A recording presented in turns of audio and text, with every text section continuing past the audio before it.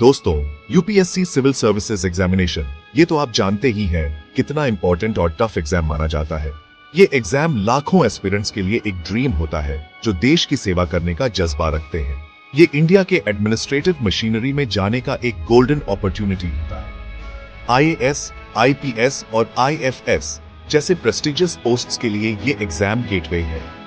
इस challenging journey का पहला पड़ाव होता है प्रिलिमिनरी एग्जामिनेशन, जो एक तरह का स्क्रीनिंग टेस्ट है। ये एग्जाम एस्पिरेंट्स की एलिजिबिलिटी को टेस्ट करता है।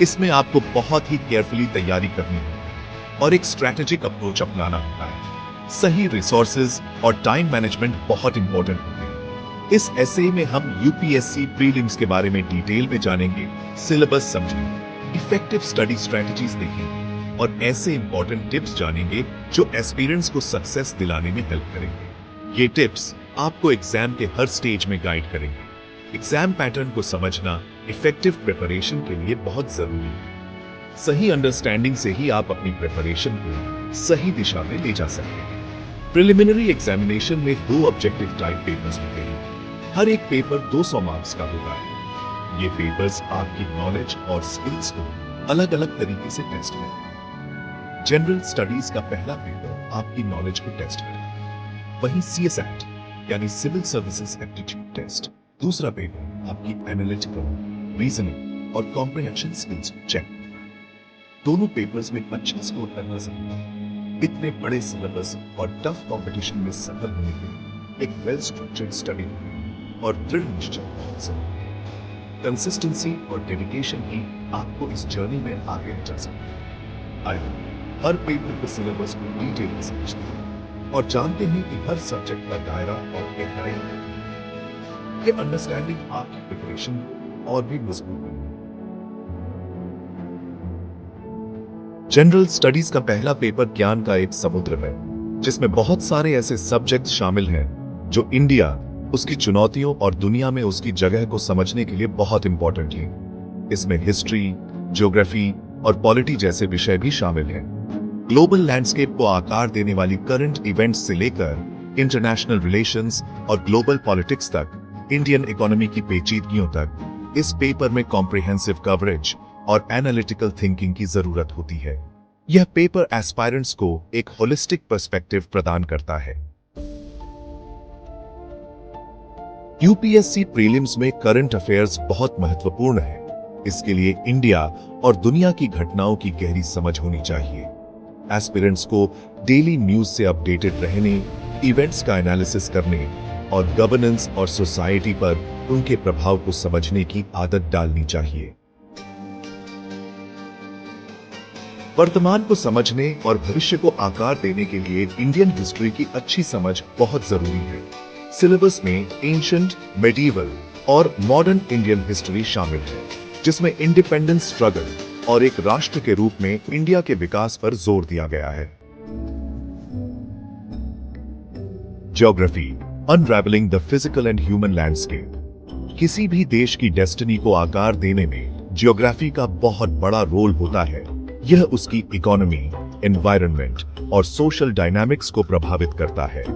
एस्पायरेंट्स को इंडिया की फिजिकल ज्योग्राफी को समझना चाहिए, उसके डाइवर्स लैंडफॉर्म्स, क्लाइमेट पैटर्न्स और रिसोर्स डिस्ट्रीब्यूशन को समझना चाहिए। Polity and governance, understanding India's political fabric. India की वाइब्रेंट डेमोक्रेसी और कॉम्प्लेक्स गवर्नेंस स्ट्रक्चर को समझने के लिए उसके पॉलिटी की अच्छी समझ होना बहुत जरूरी है। इस सेक्शन में इंडियन कॉन्स्टिट्यूशन, पॉलिटिकल सिस्टम, पंचायती राज इंस्टीट्यूशंस और देश को गवर्न करने वाले की लेजिस्लेशंस को कवर किया गया है। Section 3, Decoding Paper 1, Navigating the General Studies Labyrinth, Continued। General studies के पहले पेपर को और एक्सप्लोर करते हुए अब हम उन सब्जेक्ट्स के बारे में जानेंगे जो इंडिया के सोशियो इकोनॉमिक लैंडस्केप और आज दुनिया के सामने आने वाली एनवायरमेंटल चैलेंजेस को समझने के लिए बहुत महत्वपूर्ण है। Economic and social development, analysing India's progress.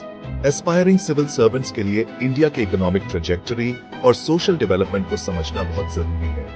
इस सेक्शन में economic planning, poverty, inclusiveness, demographics, social sector initiatives और डेवलपमेंट में टेक्नोलॉजी के रोल जैसे टॉपिक्स को कवर किया गया है। Environment, a critical look at sustainability. Climate change और एनवायरमेंटल डिग्रेडेशन के इस दौर में इकोलॉजिकल प्रिंसिपल्स और सस्टेनेबल डेवलपमेंट को समझना बहुत जरूरी है। यह section environmental issues, conservation efforts, biodiversity hotspots और एनवायरमेंटल प्रोटेक्शन से जुड़े इंटरनेशनल एग्रीमेंट्स के बारे में बताता है।